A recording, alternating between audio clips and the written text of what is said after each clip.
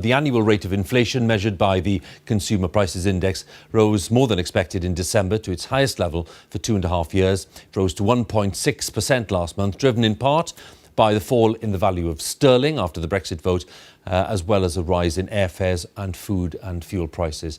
Our economics correspondent Andrew Verity has been looking at the figures.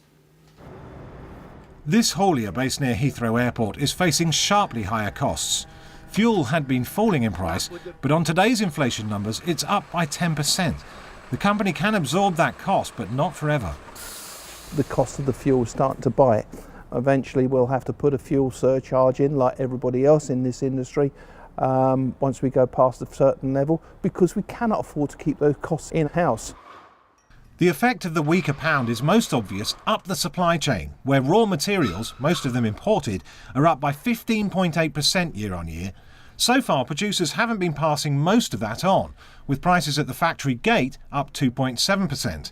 Only now is that starting to feed through to shop prices, up 1.6%.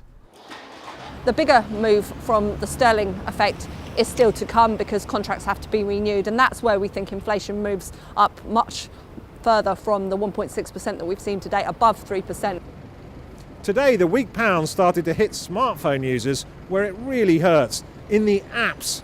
Apple announced it was raising the price of apps costing 79 pence to 99 pence. That's a 25% rise.